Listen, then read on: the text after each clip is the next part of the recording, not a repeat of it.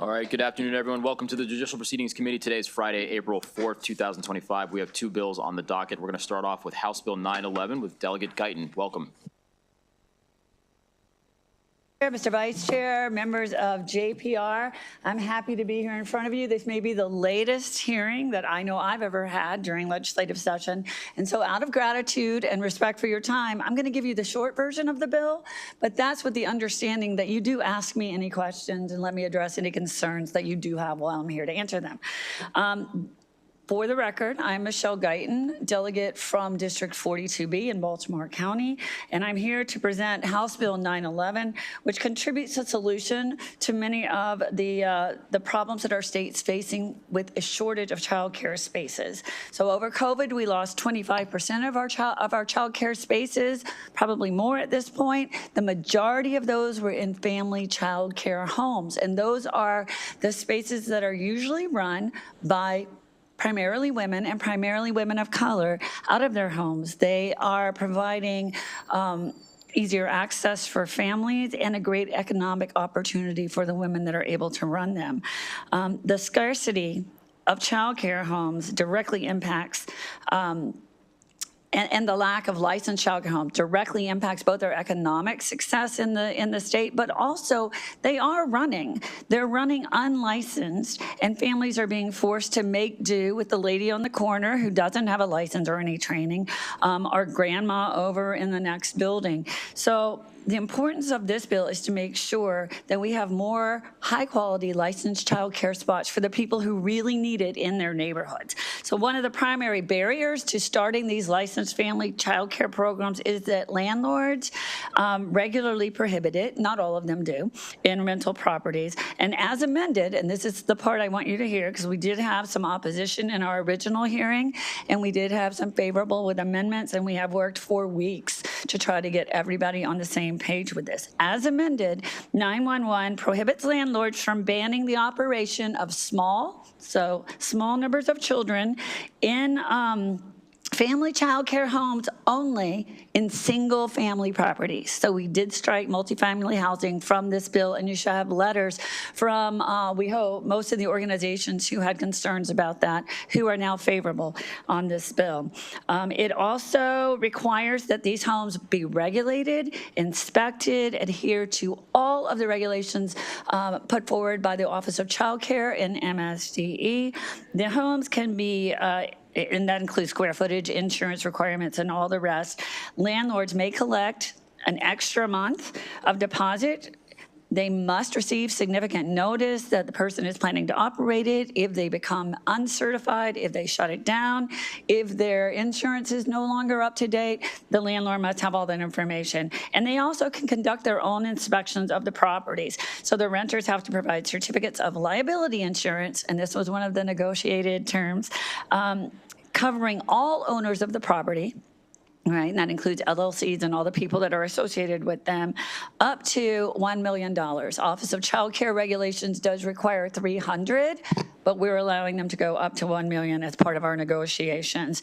House Bill 911 does not limit zoning, and it includes landlord notification provisions and expanded liability, complete liability protections. This is a priority of the Legislative Women's Caucus, and I respectfully request a favorable report.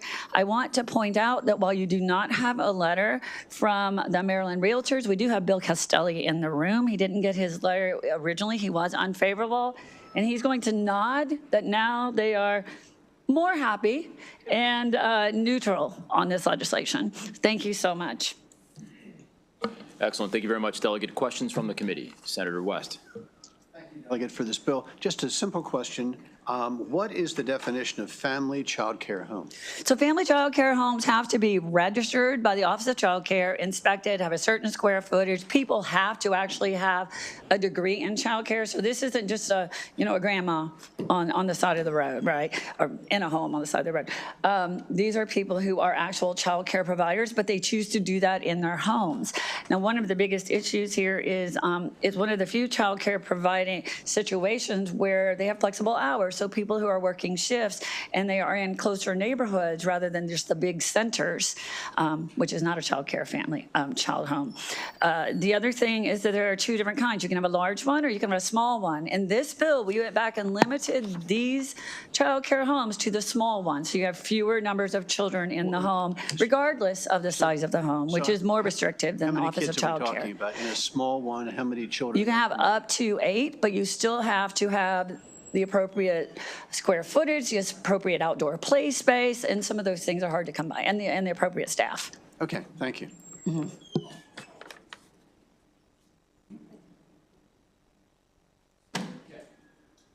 Chair, thank you, Delegate, for bringing the bill. Just a simple question.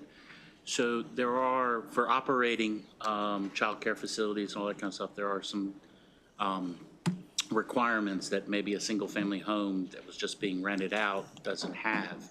Will passage of this bill require that landlord now to meet those standards because the tenant has decided to operate a child care facility? No, absolutely not.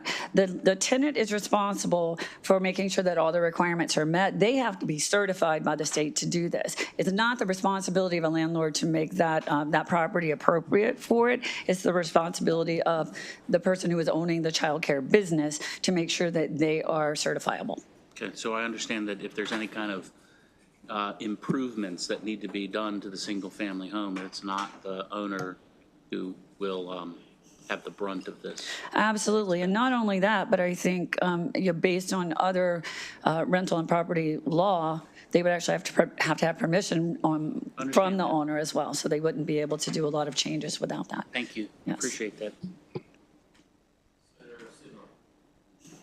Just to follow up on Senator McKay's question, and you understand the bill much better than I do, this prohibits a landlord from having someone to, I guess, have a family child care business in their property, correct? Under these very strict provisions, yes. But following Senator McKay's line of thinking, could I put something in the lease that prohibits certain improvements to be made in my home? And Right. because if I can prohibit certain improvements to be made, then you don't get your child care. I understand that, and I'll be honest with you. Thank you, Senator, because that's not something that has come up in any of our weeks of discussion on this bill. But I believe that in general, family child care homes are regular people's homes and don't require a whole lot of change or variation to what's already built. Most of those would be bringing things up to code. So I can't imagine that would be a significant problem, but if you wanted to add a phrase that say that they cannot do that, then certainly that would be consistent with the intent of the bill, which is to allow them under certain reasonable circumstances. Thank you. Thank you. All right. Thank you very much, Delegate. Further questions from the committee? Oh, Senator McKay, yeah. I apologize. So I'm trying to be supportive, right? Because I am, with the concept. All Thank that you. stuff. But if I have a duplex and the basement, and we decide that we want to do a childcare for the basement, and it does not have a exit out, Then it would not be appropriate under Office of Child Care regulations. Okay, I just It would wanted not to- be approved. Right. So There are a therefore- lot of and the landlord would not be responsible for putting that in. great, thank you. No. All right, Senator Sidner. Senator West and I were just talking. Could you talk a little bit about, on page 4, lines 1 and 2 state, imposing unreasonable limitations or conditions on the use of the leased premises as a family child care home. What is your intent, and what do you have in mind when you're talking about unreasonable limitations or conditions? Excuse me, Senator, I forgot my glasses, but let me see if I can find that. If I hold it way out. You said page 4. Yes, ma'am. I do know the provision that you're speaking of, so I can speak off the cuff about it without seeing it. That language was was proposed to restrict anyone from any sort of discrimination, primarily. As long as these childcare home owners could prove that they have met all of the qualifications and they're in a single-family home. So when we initially wrote this bill, it was also for multifamily homes, and the concerns were that they might have some reasonable concerns about noise and that sort of thing. I think that that is less valid in this version with the amendments. So I would have a hard time thinking of reasonable reasons you couldn't do this under this law because it is so narrow at this point. And that's what I'm trying to understand in your mind. Yeah. What do you feel is an unreasonable limitation? Because you're talking about somebody's property. Certainly, if they didn't want to be in violation of this rule, but then the question is, I mean, what is an unreasonable limitation? So again, just curious. Right. An unreasonable limitation would be denying it even though the person has met all of the qualifications required under this bill. That would be unreasonable.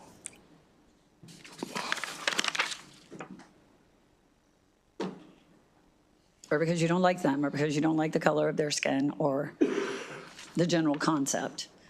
And lines 3 and 4 talk about acting in bad faith. I mean, again, I'm trying to understand, see the scenarios that you were kind of attempting to address.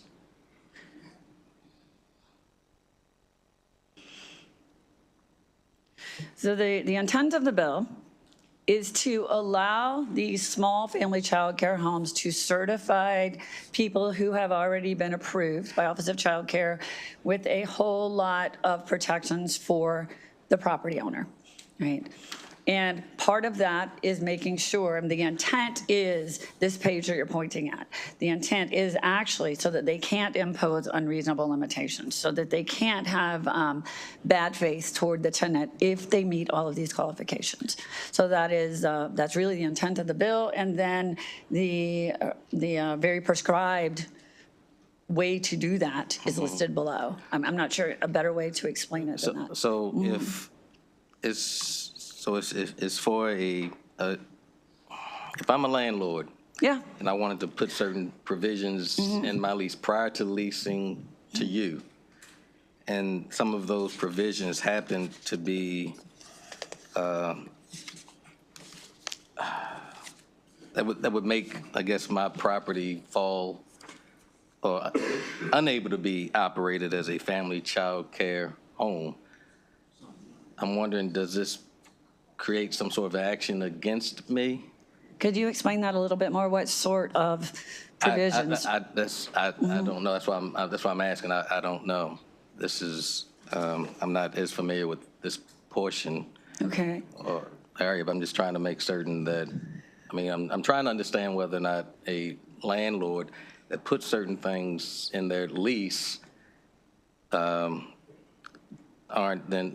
would they be held liable if they put something in their lease that violated this prior to you, let's say, a tenant coming in to rent? If they put something in their lease that said you cannot operate a small child care home business out of this property, Right. But Even I'm if saying you have they're not met- going to say that. They're not going Right. to be that obvious. then they They're would gonna- be violating this bill if this bill passes. If I it was think. if it was that obvious. But you had talked earlier about certain standards and things that have to be met in order to certain regs that have to be met in order to qualify as one of these family child care homes. So I'm wondering if I'm the landlord and I put certain things in there so it would not qualify. And this is prior to anybody even moving in. It's in my lease. Would You that could not landlord? put anything in your lease if this bill were to pass. You could not put a phrase in your lease that says you could not operate a small family child care business out of this single property home if you did all of these things that are in this bill that we've agreed on. You could not put that in your lease. I think you may be alluding to something different, though. I think you may be alluding to, because you spoke before about physical changes to the structure. Is that what you're thinking? I'm a little confused about your question. I will point out that Marvin Holmes, who is the subcommittee chair of housing over in ENT, where this spent a lot of time, is very much a friend of land property owners and is comfortable where this bill ended up. So we did not have those concerns after a lot of conversation. Okay, And it was unanimous in the ENT committee. It's a bipartisan bill. thank you. All right, further questions from the committee? Seeing none, thank you very much, Delegate. Thank you so much. All right, with that, that'll conclude the hearing for House Bill 911. We'll now move on to House Bill 1378. I see the chairman of the House Judiciary Committee is here to present House Bill 1378. Welcome. Good afternoon. Thank you very much, Mr. Chairman, Mr. Vice Chairman, members of the Judicial Proceedings Committee. I'm here standing in for Chair Wilson on his bill, House Bill 1378, which makes changes to the caps in the Child Victims Act that we passed a couple years ago. What the bill does is it says that for people whose claims were barred on or before October the 1st, 2023, that the caps would drop from $1.5 million for a claim against a private entity to $700,000, and from $890,000 to $400,000. Those caps would drop as of June the 1st, 2025. Also, there's language that refers to claim or claims. It would treat all claims as one claim for one person, meaning one capped amount for one person. It says for claims going forward of June 1st, 2025, that the lawyer's fees would be 25% for those cases that go to trial and 20% for those that go to settlement. There's uncodified language in the bill asking the Rules Committee of the Judiciary to start to look at how they want to deal with these cases. Had an eye towards doing something similar to what they did with asbestos cases, but the biggest difference between this and that is asbestos cases were landing in 1 or 2 jurisdictions, maybe 3 or 4. These are all over the state, so maybe even still, it's important, I think, for them to take a look at that. I mentioned the effective date is June 1st. And we leave that there. We also require the judiciary to provide, to report the information as to the amount of each award made to a claimant under the Act and a summary of the sexual abuse claims underlying award made to each claimant, providing information about settlements so that people can see what happened to these people when they were children. There's no question, Delegate Wilson quite literally isn't here today. He has been testifying and been talking about this issue for years. I'm happy to have the confidence that he put in me to be here today to bring this incredibly difficult bill in front of this committee. It was not an easy debate in the Judiciary Committee. And I'm sure it will not be an easy debate here. However, we're at a situation or at a point where I believe and the House believes that it's important for us to begin to figure out how many of these claims are out there and to give them a date to, if they submit their claim prior to June 1st, then they would be eligible for the 1.5 and the 890. But after that time, that would be a smaller amount. The bill as it was introduced initially actually set a hard stop on these claims altogether, and we're not doing that. We think it's important for these claims to go forward, but we also think it's important to get an idea of where we stand so that people can figure out how they're going to meet their obligations under the Act. And with that, I'm happy to take any questions you have, Mr. Chairman. Thank you very much, Mr. Chairman. So before we get into the question, thank you very much for presenting the bill. And also, I was asked by a member of the press earlier today, and I just want to reiterate just how, how much I think a number of his colleagues admire him. I'm talking about Chair Wilson, not only for his years of advocacy to pass the initial bill, but then also to have the courage to take this stand here, to even put this forward, takes a lot of courage, and that's real statesmanship. And I just want to publicly commend both of you for having this very, very, very difficult conversation that we're about to have. So thank you, Mr. Chairman, and if you're listening, thank you, Mr. Chairman. With that said, Senator West. Chairman, and thank you, Mr. Chairman, for coming over this afternoon. I do have a couple of questions. They're mostly real questions. How many lawsuits have been filed so far?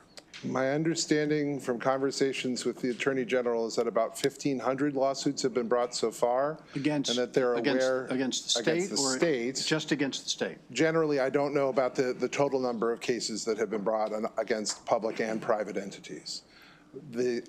My understanding, again, from the Attorney General is they believe there are another 4,000 cases that are waiting to go forward from the state. They are in conversation with attorneys for the plaintiffs, and so they would have a better sense of that than I have, but those are the numbers we have right now. So we've got this June 1st deadline.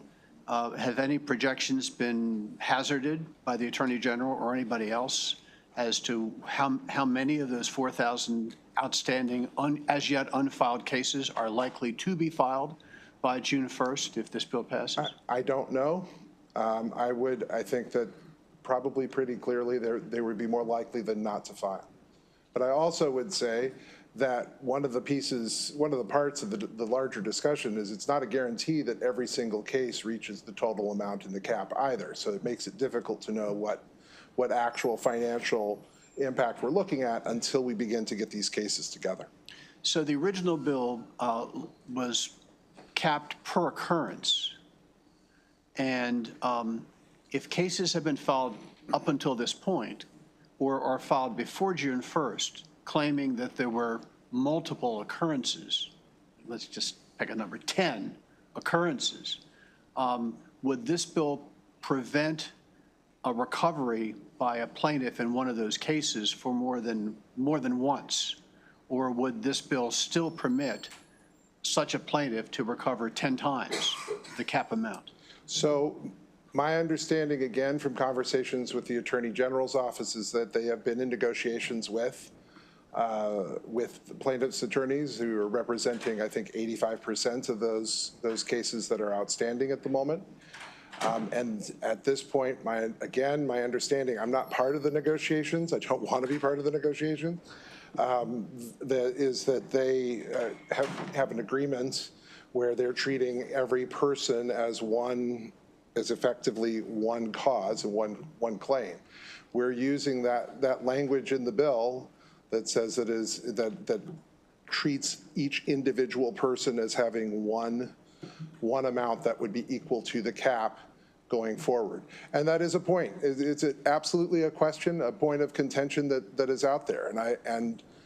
And so this is where the House has come down.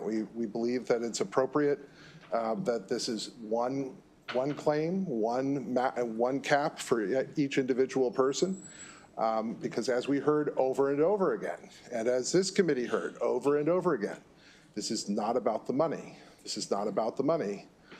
That is, what it was more than anything was discovery. It was the discovery process and getting information out in front of the public that was far more important. And so we think that this is a way to make sure that these cases get moving faster. Okay, I must admit to you, I have not had a chance to read the bill that is being presented in this hearing. I will before we vote on it. But again, so let me pursue that just a little bit. Let's assume that an attorney who's filed a case on behalf of a client claiming that there were 10 occurrences and the case at $890,000 apiece, the attorney is claiming or is seeking $8,900,000 in damages for those. Let's assume that attorney breaks off from any negotiations with the Attorney General and says, I'm going to pursue my case in court as far as I can. Under this bill, if we enact this bill, would the attorney be able to, in court, continue to seek $8,900,000 for his client? or would now the attorney, if this bill is enacted, be limited to recovering once for $890,000? I believe that the intent, at the moment at least, in the negotiations that have happened between the Attorney General and the attorneys who have been involved with this, is that they would treat every person as having one set of, one claim and one effectively capped amount that they are working from, that has been part of the negotiations going forward. As for whether or not it should be for every single occurrence, very clearly, I'm trying to tread a little bit of a careful line here between there's no question that we're in some way getting involved in the negotiations process. I don't want to the extent that I can stay out of it. I wish I could entirely, but we're here now. So I'm trying not to get into what I believe is going to be something that's going to have to be litigated in court as to whether or not it should be one claim, one maxed out cap for every occurrence or not. Yeah, and I concur with you completely. I don't want to get involved in the negotiation process. I'm just worried about this bill. I understand. If this bill, my question is, if this bill gets enacted by the General Assembly in the between now and Monday night at midnight. And let me go direct, and then let me answer that question. So the goal of this bill going forward is to say that every person, certainly going forward prospectively, that it would be one person, one maxed out claim. That's the goal of the legislation going forward. There are going to be questions that are going to have to be addressed, I believe, judicially, to deal with what happens prior to this. And so I don't really want to get into, I don't want to necessarily speculate as to what happens to those cases, because I think they're going to be litigated. Okay. Well, I don't want to keep pursuing this ad nauseum, but this bill sets June 1st as a demarcation date. Yes. Cases filed before June 1st are treated one way. Cases filed after June 1st are treated a different way. And my question is, if the case has been filed, and I think you've indicated that it's likely most of the 4,000 as yet unfiled cases will be filed before June 1st. Yes. So, and there are already 1,500 cases. So let's assume as of June 1st, we have 5,500 cases filed. Just take one of those cases. If one of those plaintiffs is claiming 10 instances, 10 occurrences, and this bill is passed, will that particular plaintiff be able to continue to maintain a claim for $8,900,000, or thanks to this bill, will such a claim be limited to $890,000?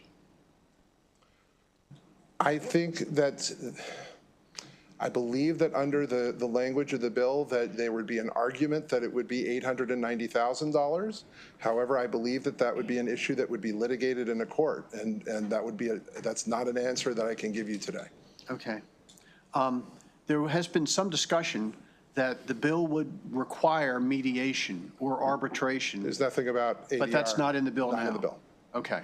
That was, I think, there were discussion amendments at one point that contemplated that. We did not touch ADR. And it's also the reason that we included the language for the judiciary talking about that the Rules Committee needs to look generally at how these cases are being adjudicated for judicial efficiency. okay. Just let me talk about disparity here. As originally enacted several years ago, the current law provides for a significant disparity between different claims. If you have a public school on one side of the street and a church school on the other side of the street, and two children are allegedly were equally abused in the two different facilities, the now adult who was abused as a child in the church school under the original bill had the right to file a claim for as much as $1,500,000 per occurrence. The child allegedly abused in the public school only had a right to file a claim for $890,000 per occurrence. So we have had that disparity in law for the last several years. Your bill, not your bill, this bill perpetuates that disparity. Could you please articulate for the record the rationale for treating those two people differently depending on whether or not they went to school in the public school on one side of the street or the parochial school on the other side of the street? The reason for the the reasons for why this bill does not change that is that that was a point of contention. It was a large issue that we dealt with when we moved the CVA in 2023. And the interest of this bill is not necessarily to relitigate every single part of the CVA, including that very contentious part.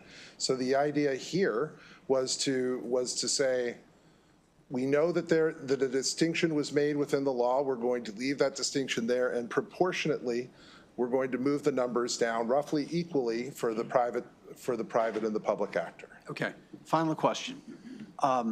As we know, the original bill was subject to serious litigation, ultimately resolved several months ago by the Maryland Supreme Court. But I think everybody agrees there were serious constitutional questions that were raised by the initial piece of legislation that we passed several years ago.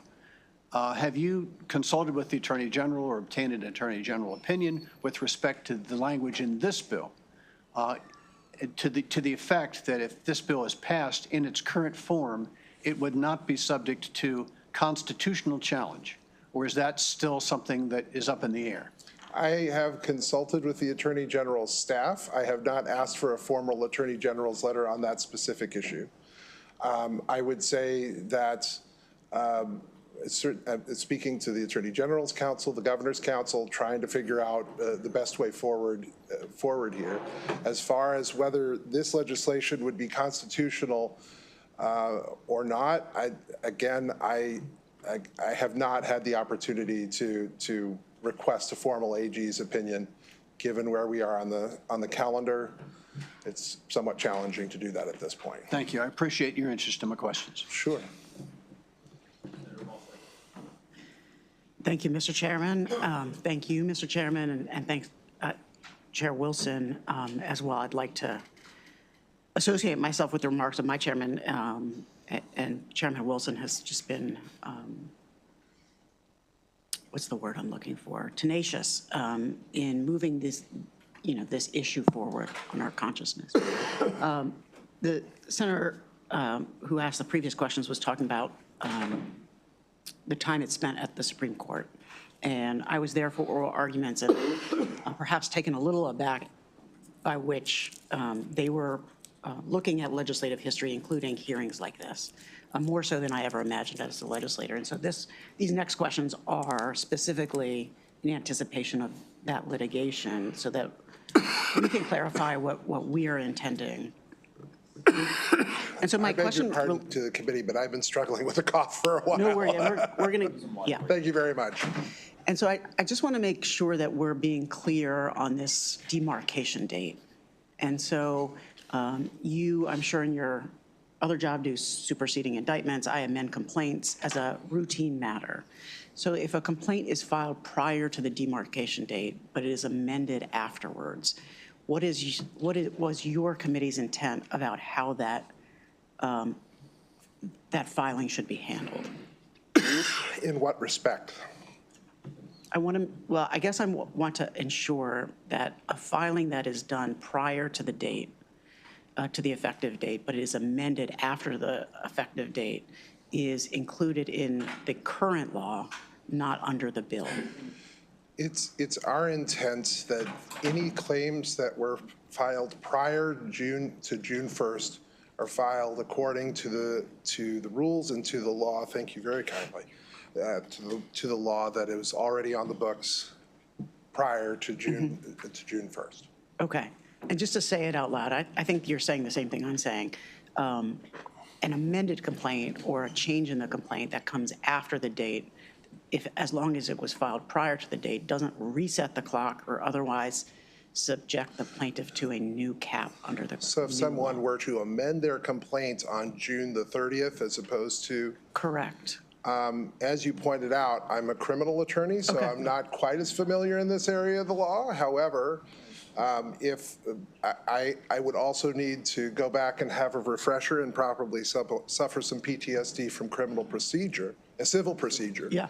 But I believe that the rules related to the claim as it was initially put in would hold. But again, limiting all of that and trying not to get disbarred at the same time. Because I'm not a civil lawyer. Thank you, Mr. Chair. Thank you, Mr. Chair, for bringing this on behalf. Just follow up on Senator West's question about the disparity between the public and the private, and I appreciate your historical explanation of it. My own question, in judiciary for the hearing of House Bill 1378, did you all revisit the disparity caps? Did they be brought up? And maybe could just summarize? I'd have to go back and look at the tape. I don't believe so. It was not one of the main issues that was raised. I say that out loud, and I'll probably think about that question a lot. Just if I need to edit that, somebody will go back and look at the tape and prove me wrong. But I believe we did not focus on the public and private discrepancy or disparity. Okay. Yeah. All right. Thank you very much, sir. Thank you, Mr. Chair. Picking up on your colloquy with the vice chair and understanding that we are creating legislative history right now, I want to make sure that there isn't a way to sort of wiggle around that date by amending the complaint to add additional plaintiffs. So I wouldn't want us to go on record by saying any amended complaint would be fine and considered filed before, that really is a case-by-case basis. Wouldn't you agree? I would agree with that. I also think the courts would use discretion in all of those cases to determine what is appropriate. I think that if it were something where you were amending the complaint, especially on a technical issue, and on something that went more to form than to substance, that it would not necessarily be the intent. It would not be the intent of the legislature for you not to be able to take advantage of the higher caps. If it were a genuinely substantive claim where it went from one person to many more, well, and I still think you'd run into one person, one maxed out amount. I think the court would have to look at that. Again, I will have to go back and relearn civil procedure and take a look at exactly how that would work again. But with deference to the attorney generals who would have to argue this, I do think there's a form and substance argument that would come into play. Thank you. Additional questions from the committee. Senator Sidnor. Just a quick question. I noted that throughout the language some of the language was struck from incident or occurrence and changed to claim and claims. Could you explain why that was being done? As I mentioned earlier, this is one of the most challenging parts of the bill. We're to some degree, we are in fact, fixing the plane mid-flight a little bit, and we accept that. And that's part of the challenge with the bill. So part of the question is, we wanted to be clear that going forward, certainly, that you're dealing with claim from one person equals the entire caps amount. It's also the House's understanding that in the negotiations that have been happening with the Attorney General, with the vast majority of the claimants so far, that they have agreed to that to all of the claims being combined under one cap, that has been an agreement that they have entered into. So with that in mind, that's why the language in the bill refers to claim and claims both prior to and after June 1st. So trying to go for consistency is part of the challenge. Certainly part of the challenge. So a person could have an incident that may have a value of some small amount.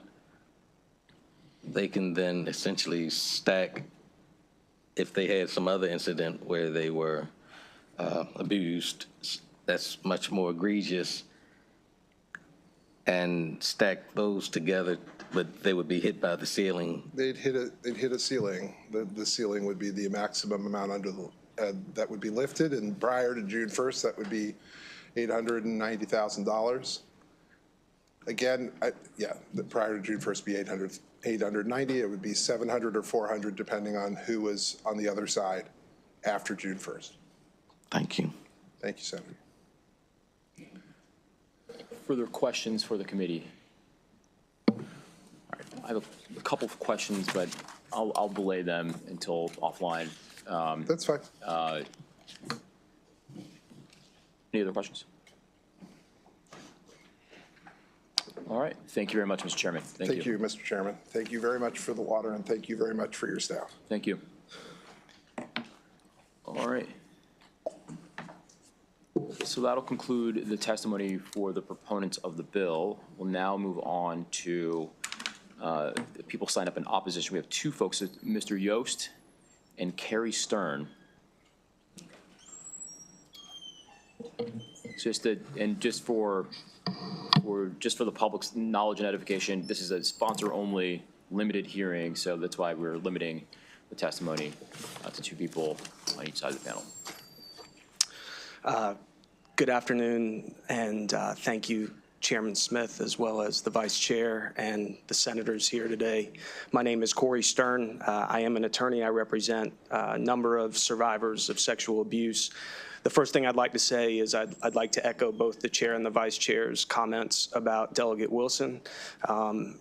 His courage in bringing this bill should be seen across the country as something that should be admired. I testified before his committee last week, and for the first time in my life, I came out as a survivor in no small part because of the courage that he showed when he testified before me, despite taking different positions. And so I'm honored to be here today.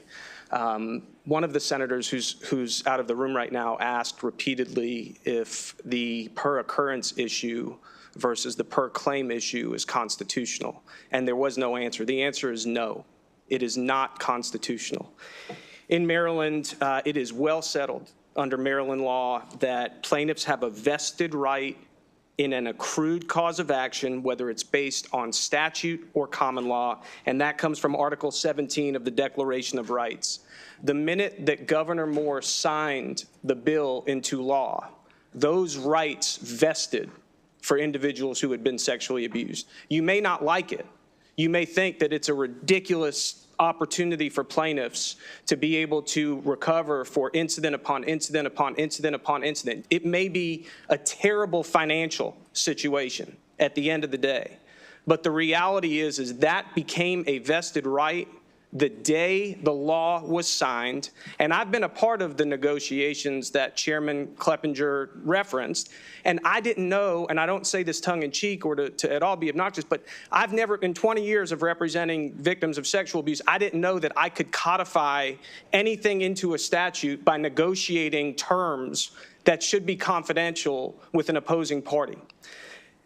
The case law is clear in the state of Maryland that that a statute cannot be applied retroactively unless there is a provision of a reasonable amount of time who were guaranteed those rights for those people to actually bring a claim. And so your body, in conjunction with the General Assembly, created rights, accrued rights, vested rights in victims of sexual abuse when Governor Moore signed that bill. And what this bill does, and if you look at it, I don't want to be just talking, Mr. Stern, the time has gone up, but you will definitely receive questions and to expound upon your statement. So I'll make sure you have that ample time to speak on this. But just in keeping, Mr. Yost, you're up. Okay.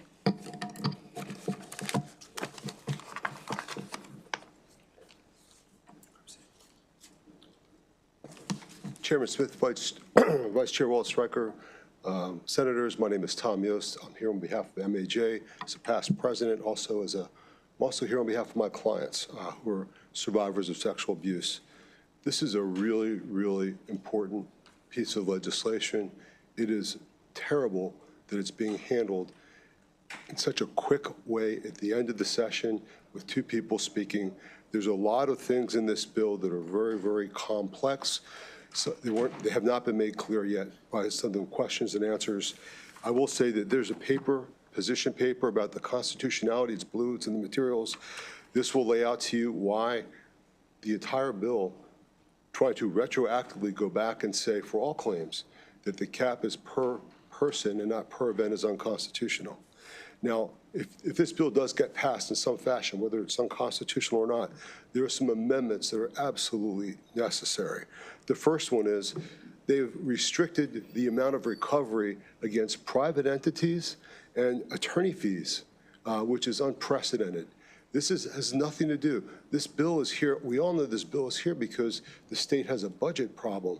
And this is a problem with not all the claims against the state, not foster care and police cases, but juvenile detention center cases. That's what the negotiations have been about. Nothing else. Juvenile detention center. So this should be limited. This bill should be limited to juvenile detention center claims. That part of the bill should be eliminated. The part amending Courts and Judicial Proceedings 5-117. Also, there's a compromise in between saying per incident and per person. You could say per abuser. That's one of the things that's come up in discussions. So if somebody's in a jail, one person abuses them 10 times and he goes to a different juvenile detention center and somebody new abuses them for a bunch of times, maybe there should be 2 caps. So if you add the words per abuser to the bill, right after every time it says per claim, that would be a great help. I anticipate a lot of questions. I urge you to look at the bill, clearly find out it's unconstitutional, and vote unfavorable. But if you don't, I strongly urge you to amend it, and I'd like to tell you more about that. Thank you. All right. Thank you both very much. Senator West. Thank you, Mr. Chair. So for either one of you, I want to go back to the questions that I asked Chair Clippinger a couple of minutes ago. I'm really interested in, I think a critical part of the bill is trying to limit the claims to per person rather than per occurrence, as the original legislation did that we passed several years ago. So could either one of you who thinks he's sufficiently familiar with that part of the bill come up to the podium? We need you at the podium so you'll be on camera. Sure. Thank you very much for your question. If the senators would turn to page 4 of House Bill 1378, at the top on line 1, you'll see the number 4. And then beneath that, you'll see big Roman numeral I. It says, if the liability of a local government arises from a claim, one or more claims of sexual abuse, if the liability of a local government arises from one or more claims of sexual abuse as defined in section 5-117 of this article, that occurred when the claimant was a minor. And then it says, except as provided in item 2 of this paragraph, the liability may not exceed $890,000 to a single claimant for injuries arising from the claim or claims. It has removed an incident or occurrence. When I talked about the conference of a right on an individual who had been sexually abused when Governor Moore signed the law, that individual was conferred the right at that point in time under the Maryland Constitution to proceed against his or her abuser based on a per incident or occurrence basis.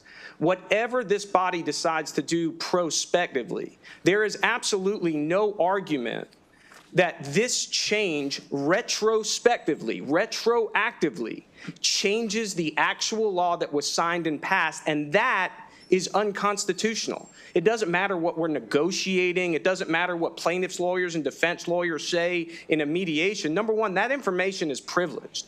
And I'm actually kind of surprised that it's coming out here, but it is unconstitutional. Okay, well, now you've just answered the second question I was going to ask as to whether or not that the constitutionality of this legislation, if passed, could be contested. Let me go back to the first question I was going to ask, and that is, there's this June 1st demarcation date, before June 1st and after June 1st. And the expectation is that there are already 1,500 claims that have been filed, and there could be as many as 4,000 more filed before June 1st, meaning 5,500 claims. Under the legislation that we passed several years ago, you can get up to $890,000 in claim against the government, now not private businesses, that's more, but government, of per occurrence.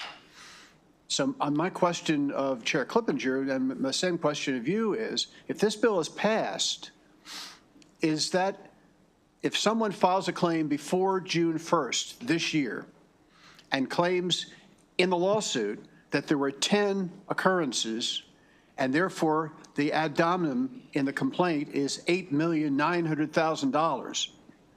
Would this bill, if passed, and if it survives constitutional challenge, reduce the total amount of damages that could be awarded in that suit from $8,900,000 to $890,000? The answer is yes, and it is indisputed, and it is also not going to pass constitutional muster because that is a conferred right.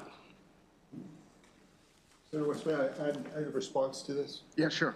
Thank you. So there's a case, a Maryland case that came down on March the 27th. It's State of Maryland versus Michael Young. It deals with an adult in the jail that was beaten up because the guards were negligent. And it doesn't even have a number yet. It's just a recent case, and I'll hand this up to somebody. But what that case finally clarified was that the per incident, the law in Maryland is that every time there's a tort where somebody gets hurt, the cap applies anew. This gentleman's facts was that he was in jail. He was beaten up on one side of the jail by one group of people because of the guard's negligence. 10 minutes later, he was beaten up on the other side of the jail by a different group of people. And what the court said, what the appellate court said was he gets two caps. He gets 400 and 400 for each of these claims. So irregardless of what the language was in the CVA, that was the law all along. If you had a cap of $890,000, right, and a child was raped once, you don't, the guards don't get to rape the child 9 more times and only pay $890,000. They never did.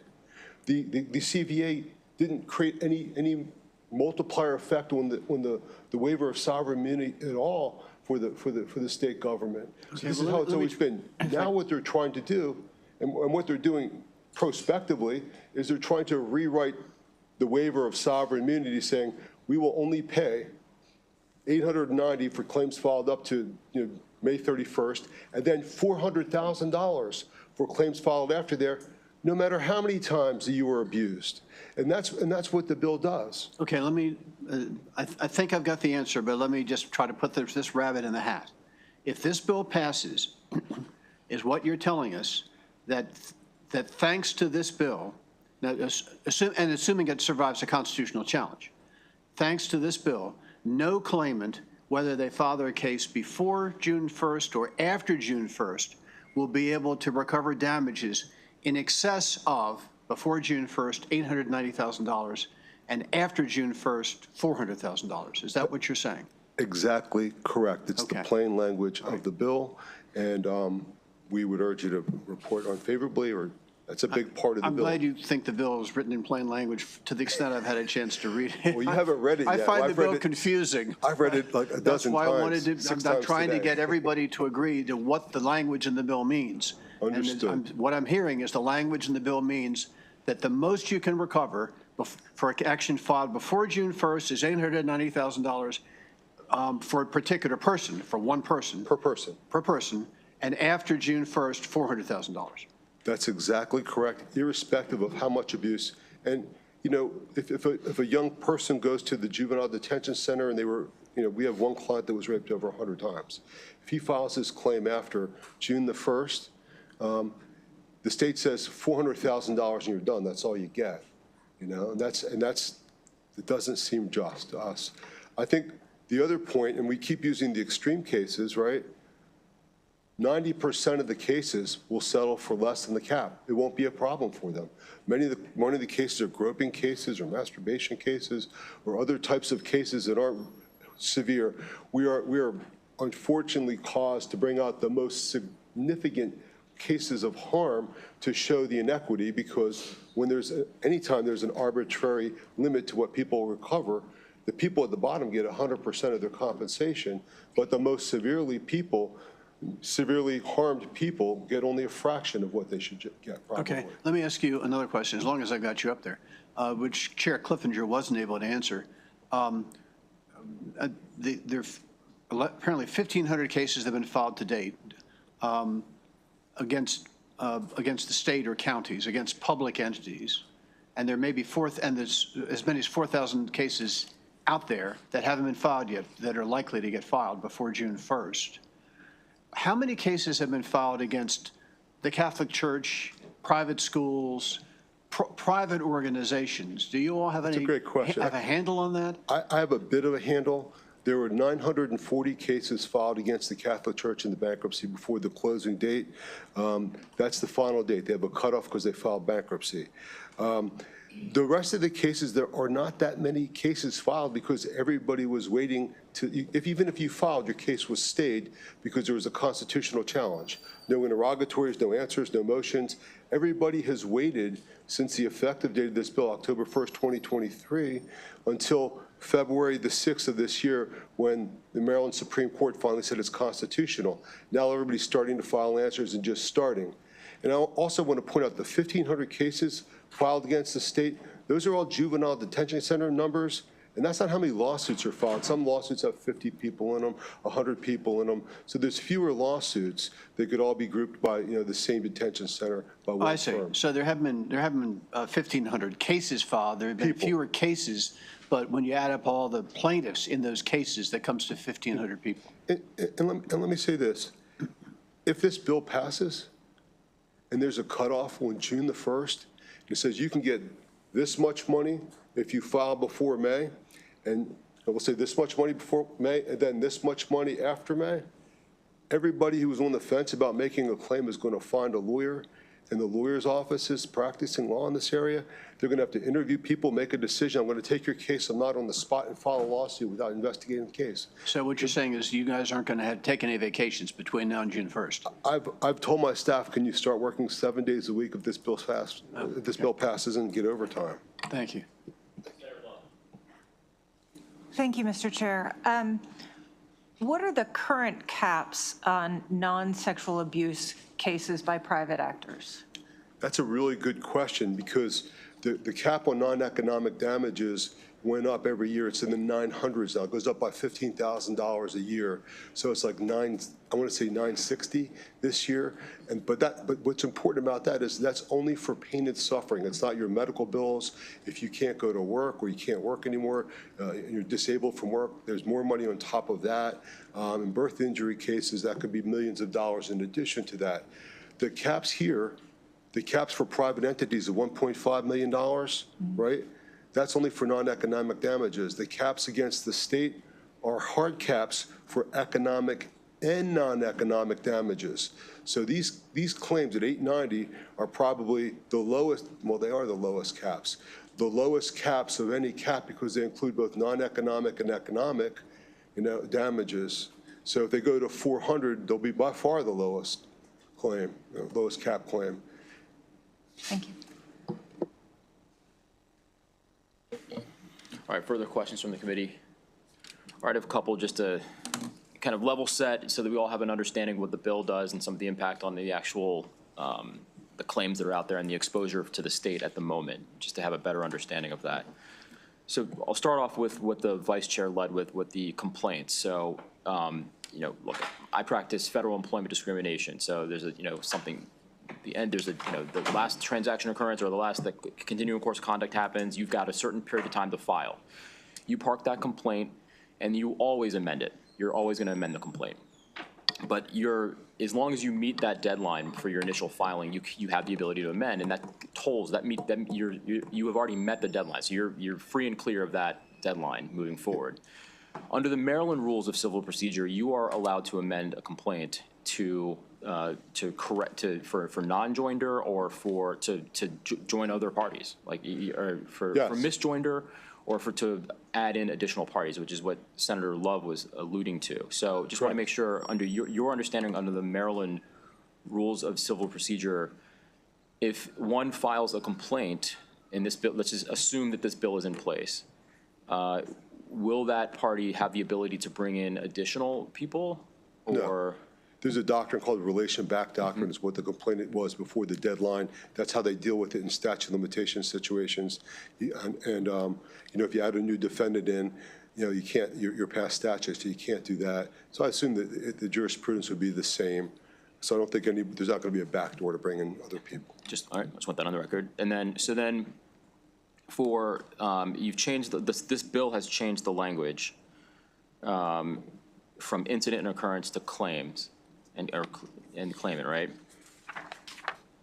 That's the language, and what it's designed to do is to If this- eliminate the multiple If this caps. bill passes, will that definition be cabined to this statute, or is it your interpretation that it could be applied to the Tort Claims Act generally? Oh, it definitely is going to be applied to the Torts Claim Act. I think this language, this language was not in the bill that we addressed in the judiciary hearing.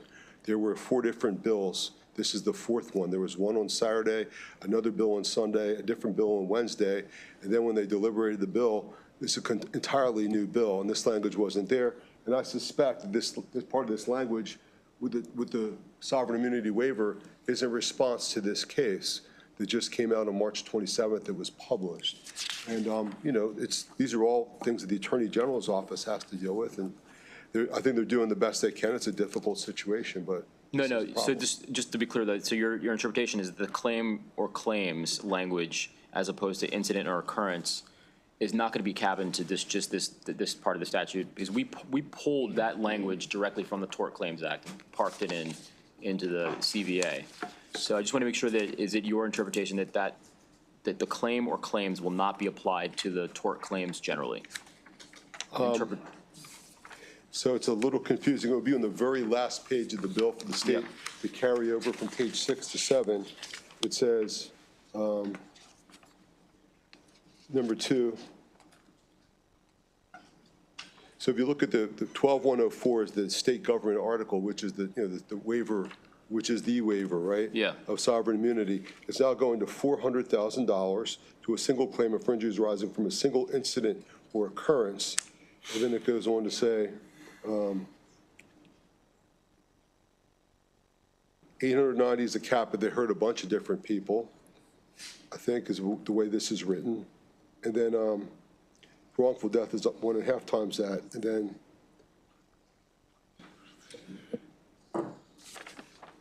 if you go to the back part, I guess this part is only talking about the, this place, reducing the caps is on the last page of 7 for the state law article. And that's what Mr. Stern talked about before, saying essentially that this makes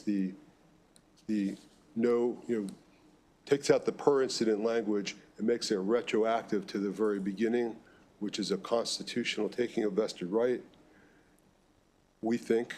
And if you disagree and you're going to do that, I would encourage you to amend that paragraph there and put for each abuser, because we're really talking about jail cases. That's really what this is, what all the negotiations are about. There are other cases, like foster care cases, that are horrible. Some of them are horrible cases, too. I just want to make sure that this bill wouldn't have a broader application outside of the confines of this bill to the entire tort claims. I just want to make sure. That part would not. That's no. right. For fees on page 3, so the Maryland rules for fee structures, it's based on the complexity of the case, the experience of the attorney.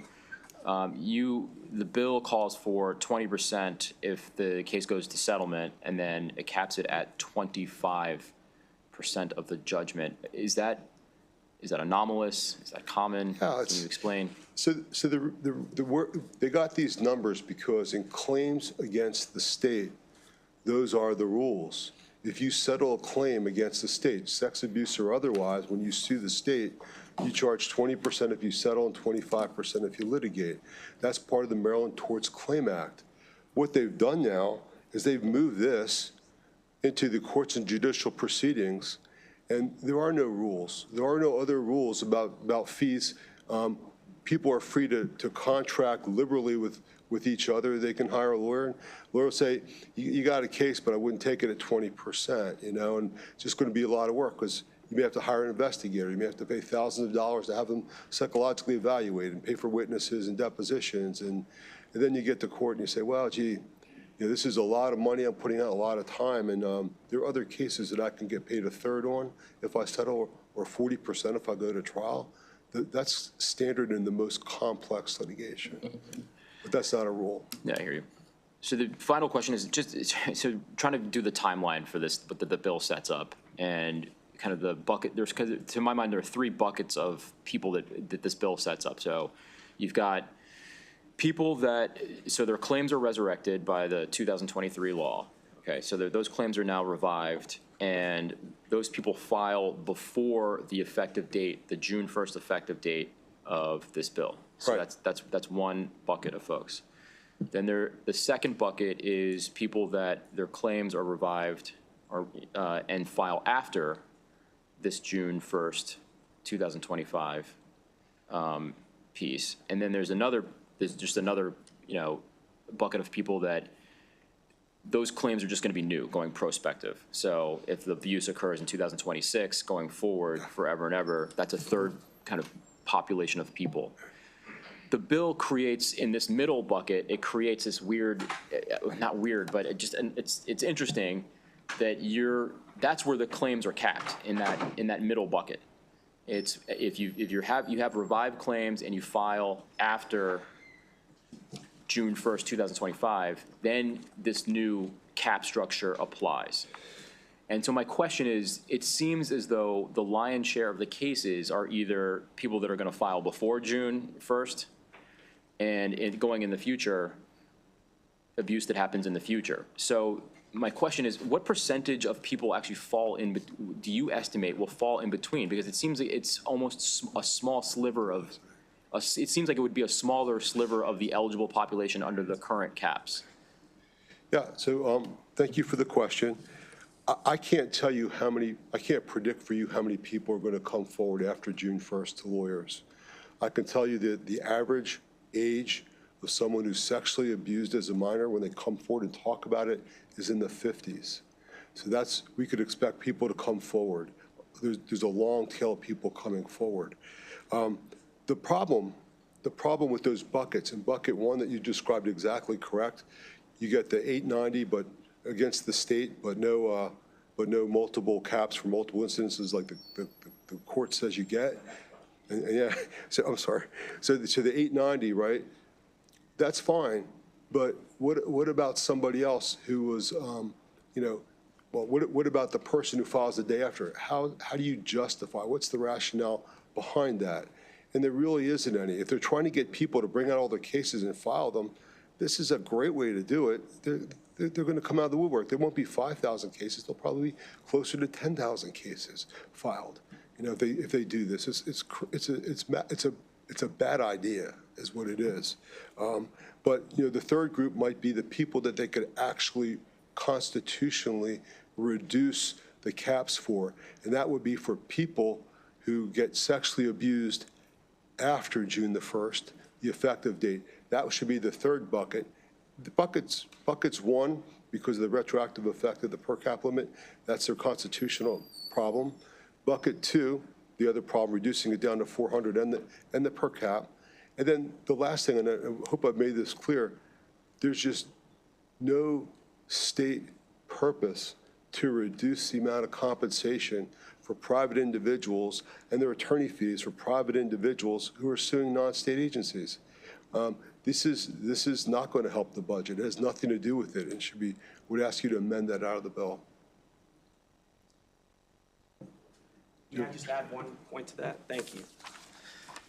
The case that was recently decided by the Supreme Court, the Roman Catholic Archdiocese against Doe, it acknowledged what the chair is referring to in these buckets. Bucket one and bucket two are essentially the same people, because that right that was conferred on them as a result of the signing of the original bill, that right was conferred the minute it was signed. But what the Archdiocese versus Doe case says is that placing other restrictions on causes of action can be applied retroactively. You can do it. You can do it retroactively only if you provide a reasonable period of time after the enactment of the new statute to bring the cause of action. What's that saying is today, if this legislature wants to change what it did when the governor signed into law in 2023, what he signed into law, you can do it. You can change it, and you can change it retroactively. But you have to give those people who have a vested right the opportunity to bring their claim. That's the law. So I understand why y'all feel as though this is a problem for Maryland's fiscal issues. And this has a ton of other problems that my colleague Mr. Yost brought out. But this speaks to what the senator asked for. This speaks to the question of constitutionality. You may not like per occurrence, but that's part of the right that this statute permitted these people to have. And so if you want to change it, change it. But you have to give those individuals, those people who had that right conferred on them by this legislature, who the entire House passed unanimously, and I think only 6 senators voted against. You conferred that right. 4 senators. I apologize. It's still an even number. But, anyway, thank you so much for this opportunity. And regardless of what happens, thank you for passing this statute for people who are victims. Thanks. Final question. So we were initially going through this whole rigmarole of caps, no caps, and what should the caps be. One of the guideposts was what some of the work we'd done during police reform. And so you'll remember that we raised those caps for instances of police abuse to 890, and that's where that number comes from. And so under this bill, if this bill passes, that still what cap would apply if a law enforcement officer committed sexual abuse on a minor? Would this cap apply, or would that cap apply? Well, that would probably be the first time that there actually would be a question of which one applies. With respect to Chairman Kleppinger, I don't think there's any question about this bill. Yeah. It's probably the statute that came first, which would be the original statute, because this doesn't do anything. This doesn't change that statute, but I guess the argument could be made either way. Agree? He doesn't know. I don't think anyone does. Y'all did a very good thing. This is like a very quick try to fix it moment because of some of the outrage that's come out about the numbers and then the numbers. I am begging you, don't let haste be the enemy of what's right. There's certain things you can do with this bill to at least make it constitutional. And there's other things you can do if you were to actually look deeply into this to postpone it. I understand this bill is probably going to pass in some form or fashion. At least pass it in a way that's constitutional and doesn't take away rights from people who have already been given those rights by y'all doing the right thing. You did. Sometimes the right thing's expensive, but it's probably not as expensive as you think. And I would urge you to ask the Attorney General, and I would urge you to ask Chairman Kleppinger, who seems to know about the settlement negotiations, what the plaintiff's lawyers actually said it would cost to get this resolved and over how much time. I beg you, because what's come out in the media is simply false. Thank you. Senator West. Mr. Chair, I got one last question. I'm trying to figure, there are 2 major things this bill does. One, it reduces the cap from 890,000 down to 400,000. And number 2, it says you only recover once, no matter how many times you were abused. Correct. Is either one more, are they both unconstitutional in your view? Or is one more unconstitutional than the other, or are they both equally unconstitutional? I think they're equally unconstitutional. The one that I'm most focused on is the one that retroactively changes a statute, because the Maryland Supreme Court has clearly given guidance that it's possible to change it so long as you give those who had a confer right the time to exercise that right. But don't they both retroactively, both the reduction of the cap and the reduction of the cap, and just lost my thought. And then the reduction of the amount. Yes. Yeah. So yes, they both do, but let me try and, I feel like I'm doing a terrible job of explaining it. The 2023 bill conferred on all victims at that time and since that if you come forward as a victim of sexual abuse under this statute, you are permitted to sue your abuser and you are limited to $890,000 per occurrence. That's what it said. It is plain reading of the statute. What this bill seeks to do is change that part from $890 per occurrence to $890 per person. That on its face is unconstitutional because it takes away a conferred right. What the Maryland Supreme Court has said is you can change a statute. You can retroactively change a statute, but you have to give fair opportunity, fair time for the individuals who had the right to file to go ahead and file. And so the 400,000 amount, that is up for debate in terms of when that would be a fair amount of time to file. I submit to you giving people 6 weeks to come forward to file a lawsuit and hire a lawyer and tell their story when they may have been alive. It took me 47 years. It took me 47 years till last week. It takes most people a little bit longer, so I'm ahead of the curve. So I would suggest that that time in and of itself is probably not deemed sufficient for these individuals to actually claim their rights and do something about it. Notwithstanding that, as long as you provide sufficient time, perhaps it might meet muster under the Supreme Court's guidance. But for those folks who have already come forward, for those folks who will file their claims, you can't take away a vested right no matter how expensive it is. You just can't. I see. Okay, thank you. Just listening to your comments, I mean, again, help me to understand, what do you think is a fair amount of time that would rise to the level of being constitutional? 2036? No, I'm just kidding. Maybe 180 days, 6 months. You know, at least you know, for those of y'all who are attorneys, whether you do criminal work or civil work or employment work, which probably goes on both sides of the V. It is not easy when you have a client, whether it's a corporate client, whether it's an individual client, whether it's a criminal client or a civil client, to not just keep in touch with that person, because oftentimes people move, they change their cell phones, they change their minds, especially when they're telling stories of, you know, some of the most horrific things that anybody would ever want to happen to them. And so you've got to at least give them the opportunity, a fair opportunity to come forward. Again, I can't speak for the rest of the individuals in this gallery. I don't know what a fair amount of time is. I know what a fair amount of time is not. And June 1st is not a fair amount of time, because here we are almost in mid-April, and this may not get passed, if at all, let alone till Monday. And so we have got to give these people a fair amount of time. That's in your discretion, but I would submit to you 180 days. And I mean, up until today, I mean, I've heard that this bill was out here. This afternoon is the first time that I've had the opportunity to kind of go through, so I haven't been involved. I'm curious, and again, if I would have known, I may have asked the chair this, but given what you testified to, do you know where the June 1st date comes from? I was arrived at? I wish I had a good analogy for it, because I'm the king of analogies, but I think it was probably just pulled from the air.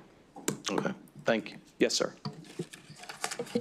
All right, final question, or unless someone else, my final question. So if you file today, it's incident or occurrence, and the current caps apply. But this bill goes into effect on June 1st, 2025. The verdict comes down after June 1st, 2025. Does incident or occurrence apply, or does claim or claimant apply? Incident or occurrence applies, because it's at the time of filing, not the time of verdict. And I promise you there will not be a single verdict before June 1st of 2025. Was there, there's Just the, to clarify that, because you misspoke. I think, if I could, the law retroactively makes it one claim. So Yes. it's always going to be the one claim. You don't get it, that's already been taken away under this statute if it gets passed. are you familiar with this Longton case out of Prince George's County, 2010? No. So there's a case, the cap was one, so the plaintiff filed under one regime, then the caps changed. And the legal question was which applies, at time of filing or at the time that the verdict came down? Time the injury occurred, but this Yep. statute is written in a way, Accrued, yeah. the other way. We had two sisters that were lead poisoned, and one was in much worse off, the older sister, and she was lead poisoned in 1994, and her younger sister was poisoned in 1995. And, you know, they both got verdicts above the cap, and the younger sister got $350,000 for a brain injury, because that was the arbitrary figure that was placed there. And in 1995, I think it went up to 500, so the younger sister actually got more. And that's what happened. So it's when the injury occurs. But this statute's written differently. It's when you file your suit. Yeah, that's right. Thank you. All right. Further questions from the committee? All right, well, thank you both very much. And for the survivors who have joined us here, thank you all very much for your time and your advocacy. Obviously, I see a lot of familiar faces for people that have advocated for the initial change for years. And so I hope you know that the General Assembly and every member of the committee is taking a very hard look at this situation and the bill before us, but have never undervalued the contributions that you all have made toward making sure that we make good policy and address the concerns of folks that are survivors in Maryland. So I hope you all know that and that we're working in earnest with you top of mind. So thank you all very much. Thank you. Thanks. All right. If there are no further questions, that will conclude the hearing for House Bill 1378 and the hearings for the day.